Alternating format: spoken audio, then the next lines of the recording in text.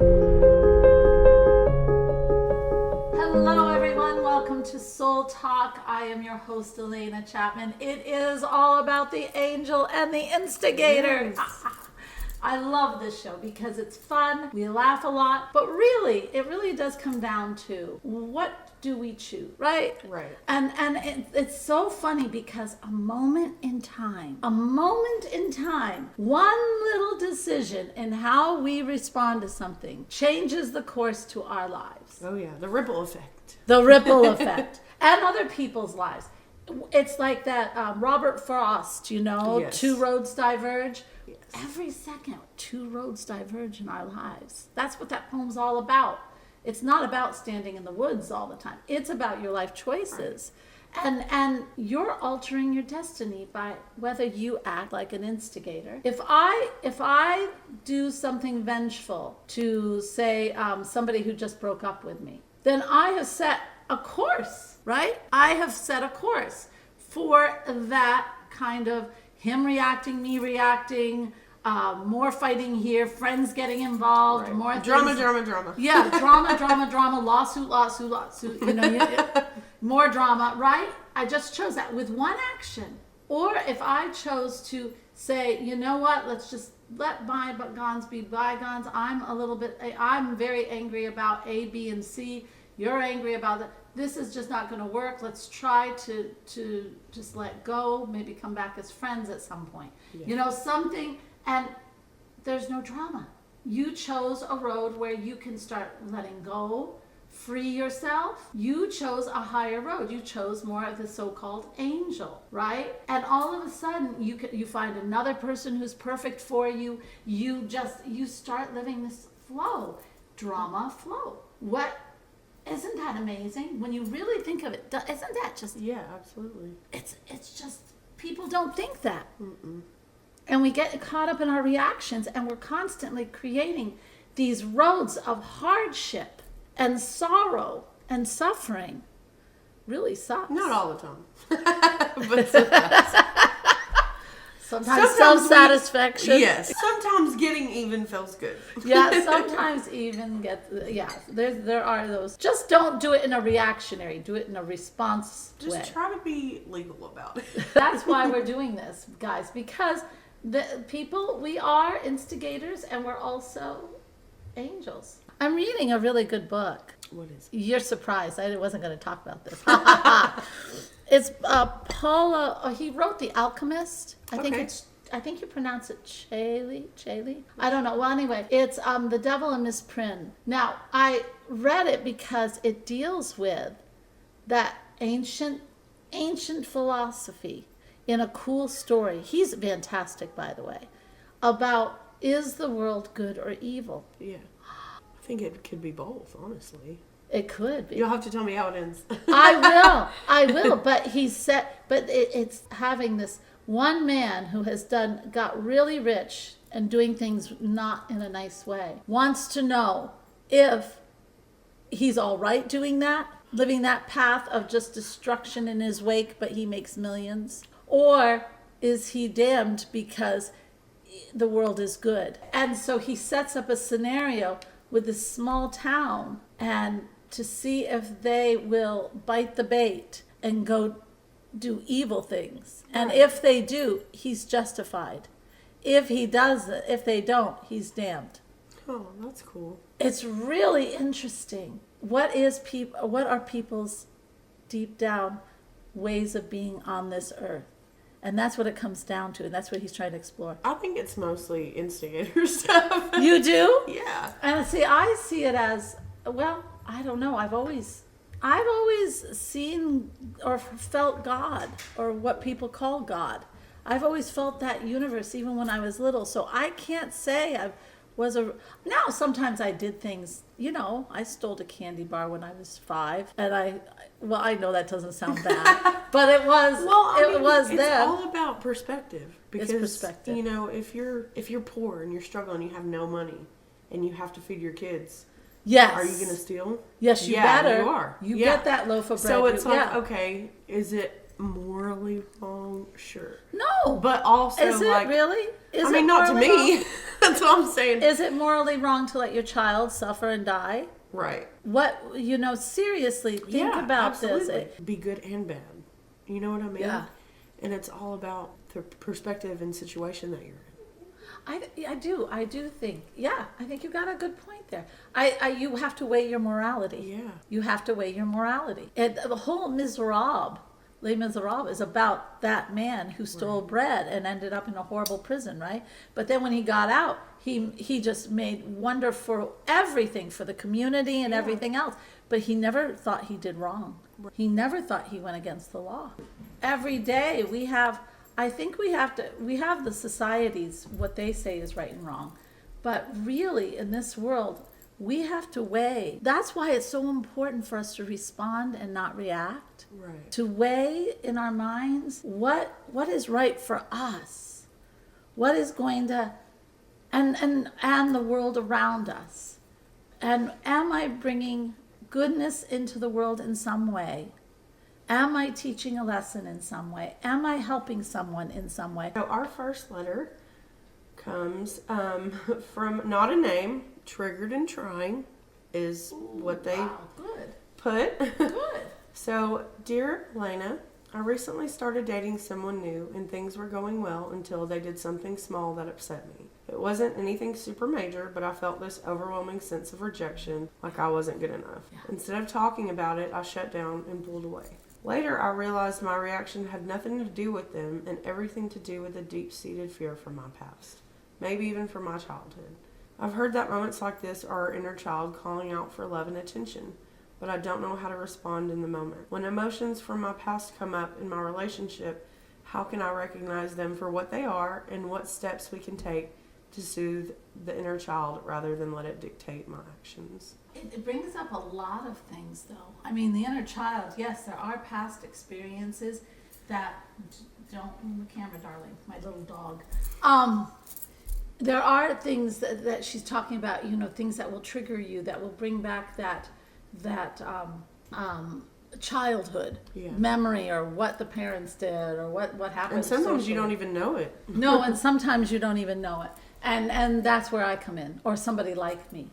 But there's also, and that's, sometimes we are just triggered. Say, if you've been working on valuing yourself, you've been working, that's another thing altogether. When you've been working on yourself, you've been trying to feel good about yourself, you've been trying to do that self-love thing, which that's what I do. I help you to have that. I help you to tap into your soul, right? Yeah, absolutely. So you have that self-love, and you want to bring that forward into a relationship or a friend, whatever kind of relationship. It could be anywhere. But then all of a sudden, something happens and you shut down and pull in and disassociate because you're triggered.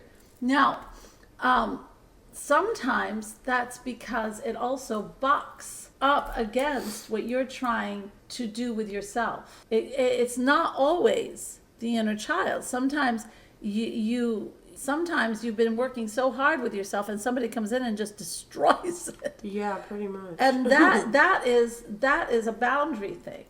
And so so when you're looking at this, that's why it's good to work with someone. You know what? Yeah. To see the energies and see what's going on. A person who's, an unbiased, And somebody who's unbiased. It's just helpful. Look at it from a different perspective that's not in it. Yes. Because it's so much easier to see. Hindsight 2020. It is.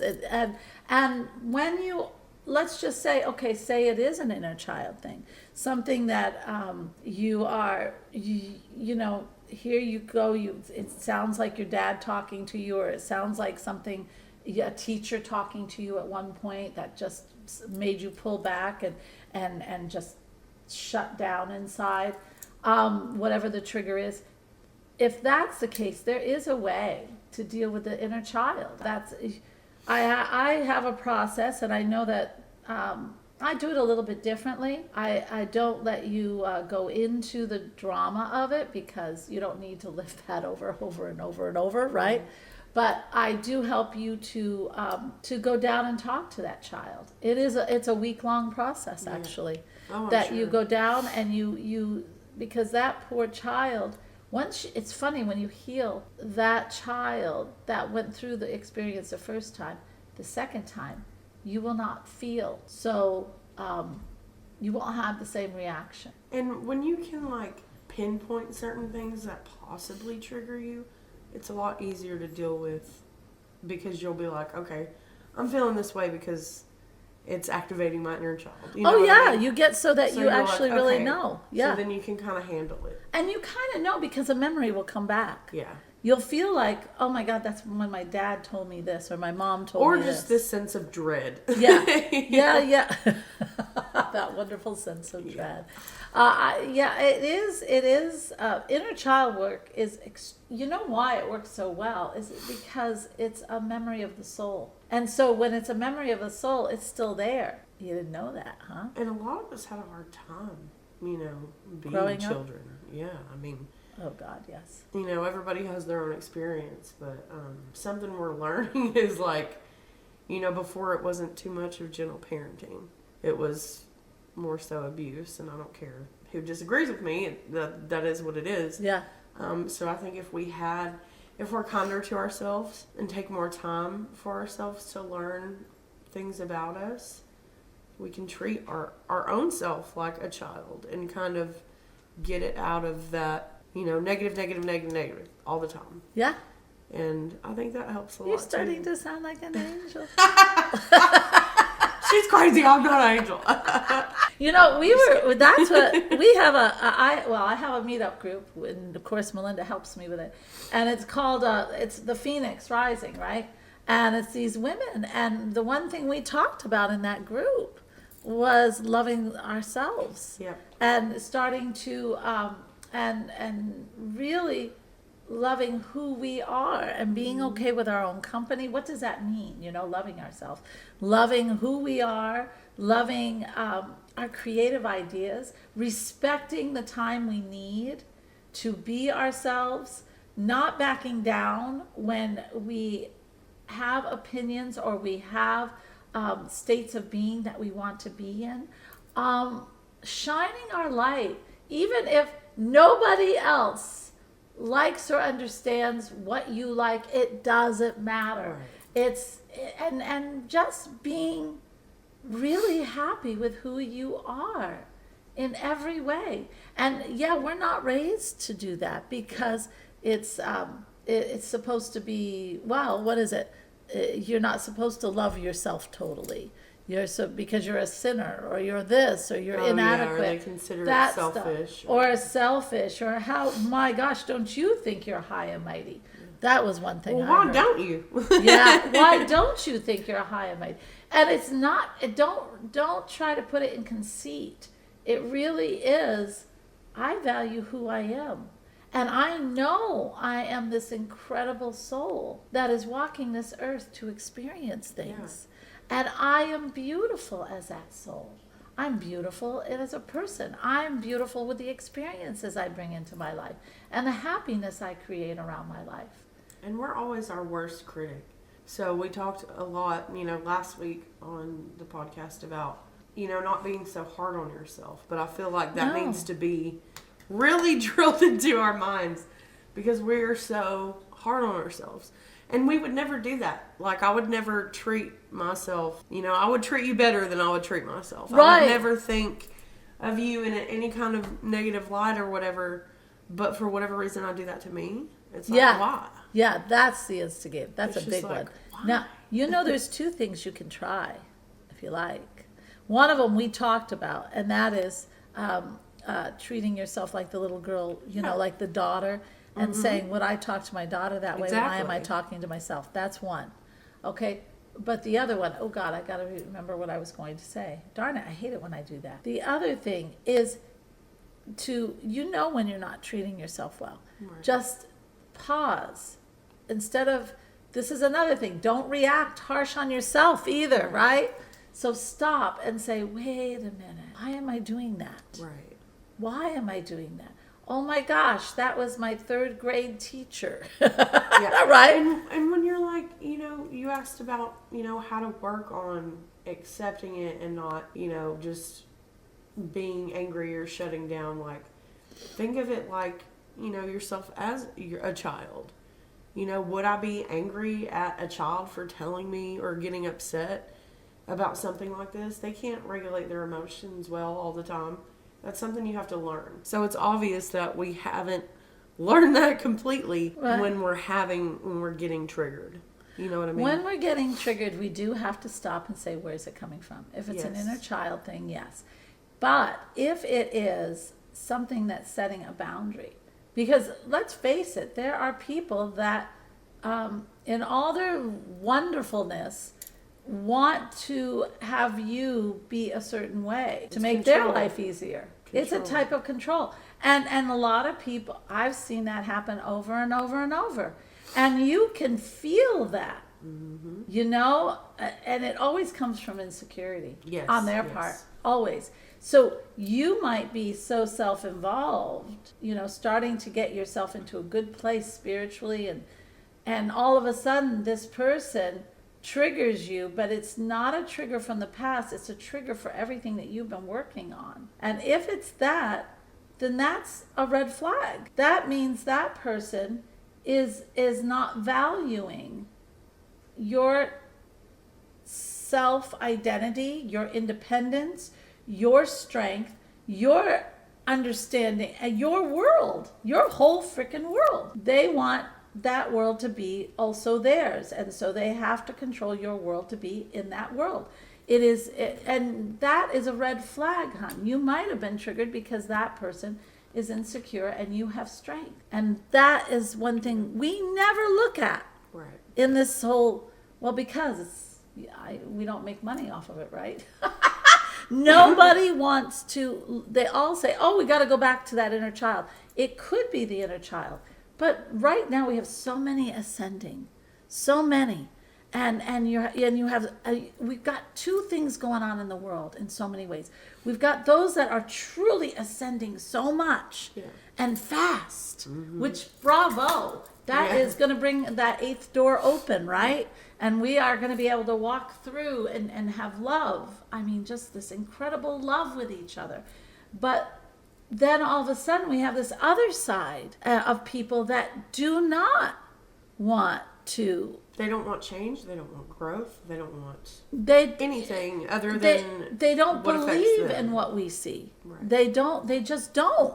And they think there's only one way to do it. I don't care what the reason is. What I do know that there is a high insecurity, and so in that insecurity, sure they want to tear down what you and I mean because they're not doing it. They aren't doing it. They don't feel sure in some way.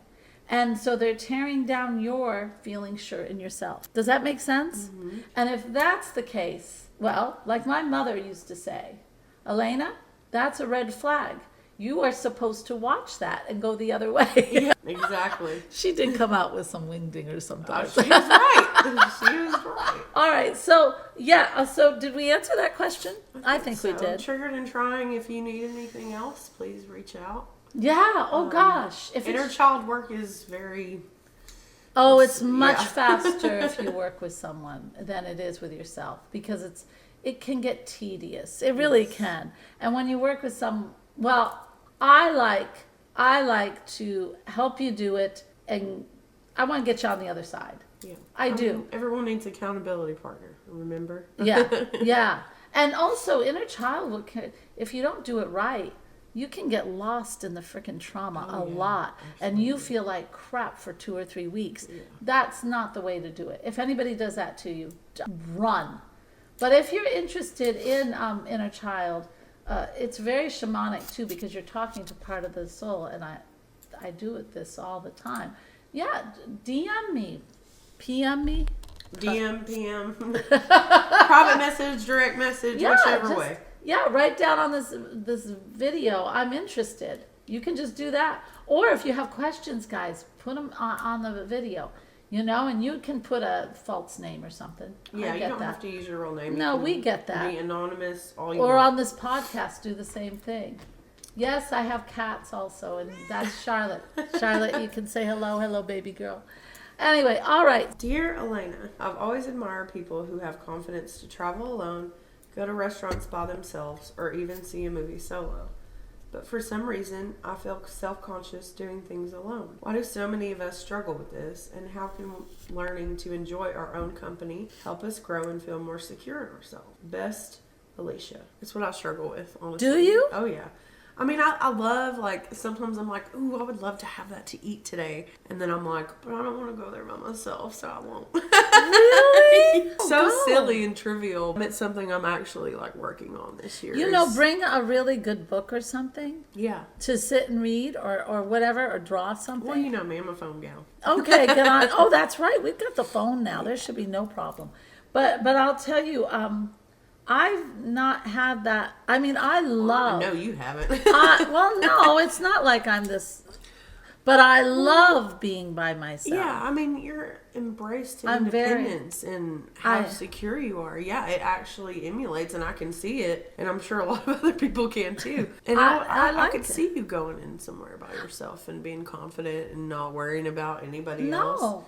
You know what? I hate to tell you, but most people don't even, people don't see you.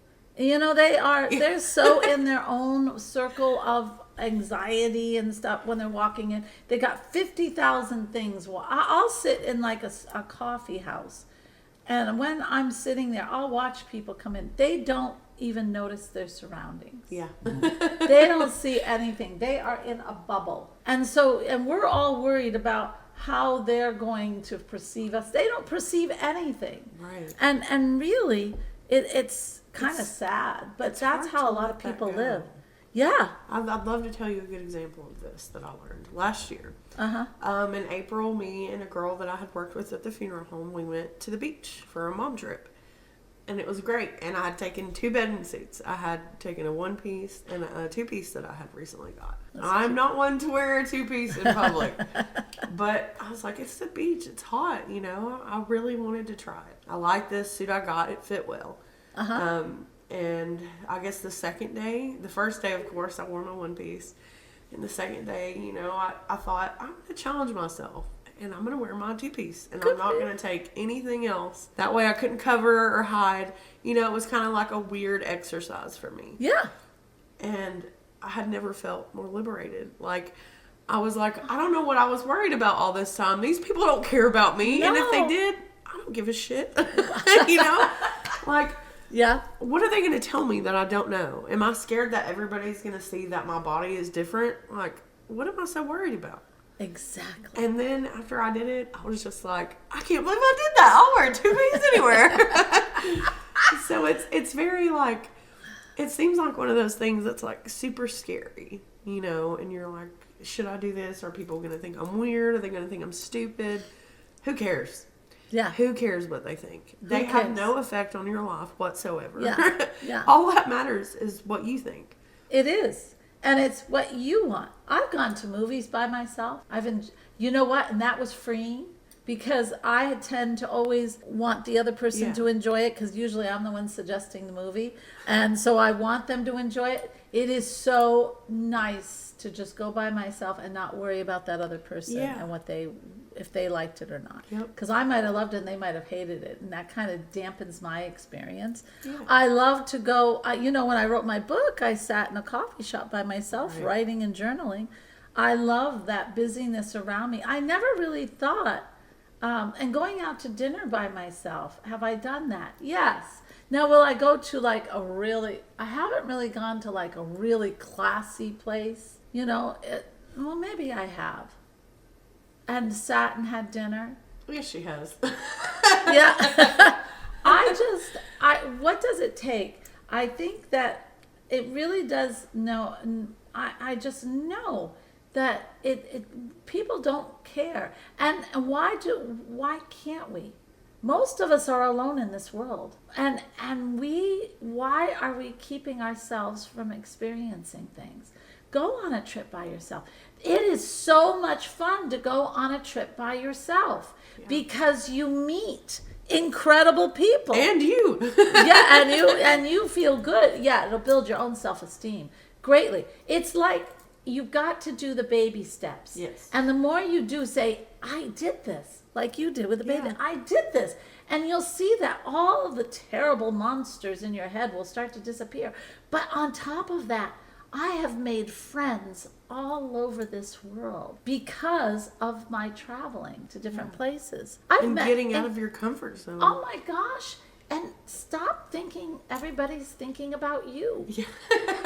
They've got enough problems. Be Yes. yourself and just be happy with who you are and trying to step forward. And it takes baby steps. If you've never ever even gone to a diner and had hot chocolate by yourself, that's probably a good place to start versus going on a trip, right? Or a place you like to eat. Go have lunch. Yeah. Just have you gotta lunch. start somewhere. And you'll see there are 50,000, well, not that many. You'll see at least 7 other people with their phones looking at their phones. Yep. You do not have to hide because really by hiding, you're actually causing yourself to go into depression Yeah. and not feel good about yourself. Well, and you can't grow if you're not uncomfortable. You got to step out of that comfort Yeah. zone, right? Baby steps, baby steps. But yes, you really have to. Each time you step out a little bit more, you will feel so good. Like with your bathing suit. Now, you can wear that. Yeah, absolutely. Look at that. That's a freedom. It was. And it was really like, it was the highlight of my trip. Aww. Like that for me. Like, it took so much for me to do that. Now you've got to do the next And now thing. I'm like, I don't care. Yeah. But that was a big one. It was. That was It a big one. And now, what's your next thing? I'm gonna start working on being comfortable, like doing things by myself, like, you know, the eating by yourself and Yeah. all kinds of things like that. Because You know, will love it. when I can't eat with you and Daniel during lunch, I'm like, who am I gonna eat with?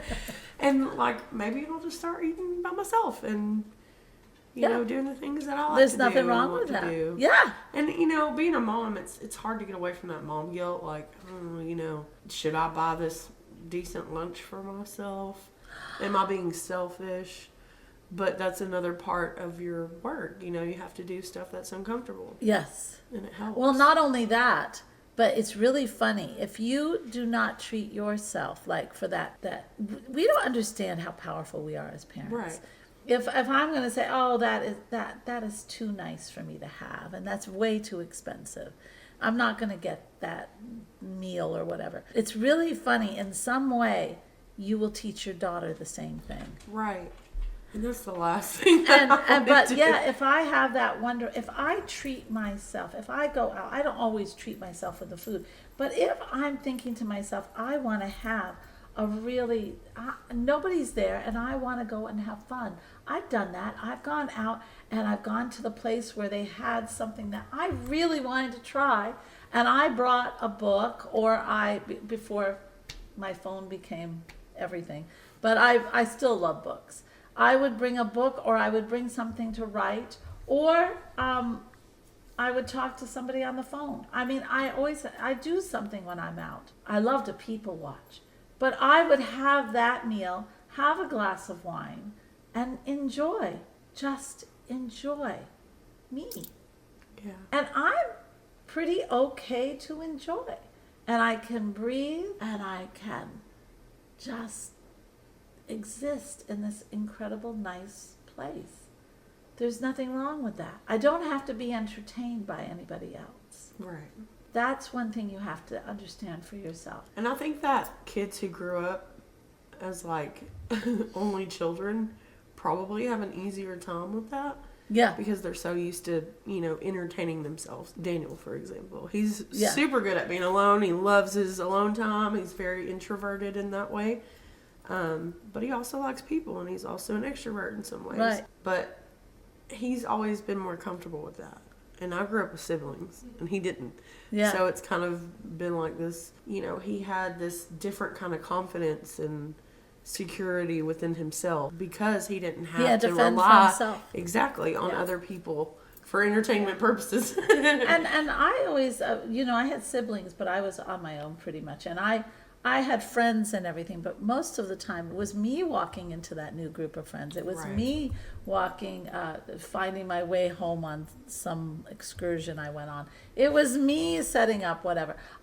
Pretty much did that as my own too. If you are new at this, it is baby steps again, doing little things and just enjoying your own company. Play the music you want to play. Drive the route. Get lost. I love getting Right. lost in the car because then you can see different places. Take a walk by yourself or have a dog or You know, just walk. Alicia, Get if you out. are worried about, kind of being uncomfortable and being seen, go to the movies at night. Yeah. Like, no one's there at night, and they have, like, midnight shows sometimes. And nobody So- nobody cares. Right, but I mean, Yeah. baby steps. If you want to Baby do something steps. that's not, sensory overload. And You you know, can do start little there. tricks, like if you're in the movie theater and they don't watch you very long, you can sit down towards the aisle, all right, and then take your coat and put it in the seat beside you like you're saving it for someone. Yeah. There you go.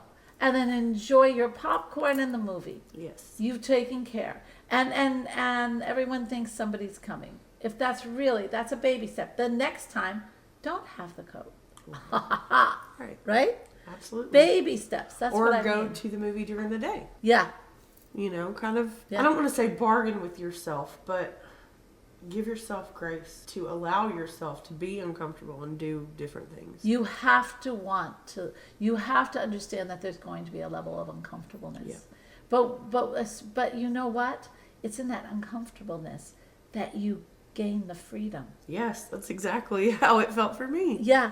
And that freedom is priceless. I remember Priceless. walking to the beach, in this two-piece, like, oh my gosh, I can't believe I did this. Yeah. I could just easily run back upstairs to the condo and change. You know what I Right. mean? But And you I thought, didn't. no, I'm not going to. And, my friend that was with me, she was great and supportive and made me feel comfortable. And when I got out there, and I actually got into the ocean for the very first time that same exact day. Really? Yeah, because I'm terrified of water. You I like to beat swim, 2 fears in one day. Yeah, but That's ocean is like no for me. I've only been ankle deep. That day I got all the way in. We actually swam to a sandbar, Wow. and something touched my leg, so we swam back. You grew But that day big. I felt different than I had ever felt because I had let go of so much. I don't Crap. know. It felt like chains dragging Yeah. me down. Yeah. And then after I did that, I was like, this is great. I can't believe I've been so insecure and stuck in this. Everybody's looking at me. Nobody cares. Nobody cares. No one was looking at us. And see, I can't even give a better example than what you just gave. It was That is great. so- It was probably one of my That is- proudest moments. yeah. It is. And it meant a lot to me. It means everything to be able to go where you want to go, be who you want to be, and experience what you want to experience. And just exist. And that's what we are. We Yeah. are a spirit that's supposed to do that, and yet we let everybody tell us what we have to be. Yeah, these stupid little things Yeah. just overriding us. I don't Like, forget understand all that. Throw it out. No, throw it out. Be you. Be that beautiful, incredible, spiritual you. The one that wants to laugh and sing and dance and be comfortable with who you are and create magic, pure magic in your life. That's what you deserve to do. And anything less is not living. No. Set it on fire. Set it on. You don't have to set it That's on my instigator for the day. You get, we've had a good talk. Yeah. Guys, if you have questions or you want, I don't know, or if you're interested in a soul retrieval or you want to clear some of that old child energy, or you just, you know what, I do oral cleanings. Oh my God, go to Mystical Soul. MysticalSoul.com. And look at some of the, it's under, what's it under? It's under spiritual services that I do all this, these things that if you need your house cleared too, that's a big one. That's important. But also if you want to start to have self-love, if you want to have relationships that thrive. If you and your partner are having difficulty, I have courses and all that. It all begins with you. So take a look, and if you want you to start growing, then yeah, sign up. Absolutely. And I'd love to see you. My whole purpose in life is to help people to discover how incredibly beautiful they are, and to live this life in growth and happiness and creation, right? Absolutely. Without all the garbage. So yeah, take a look at mysticalsoul.com. And also, please subscribe to this podcast or this video podcast. Subscribe and leave questions and share with your friends. We're just starting it out. Absolutely. Okay? We'd love to hear from you. Yeah, we would. Love you very much. Namaste. Make it a beautiful one. Bye, Bye. guys.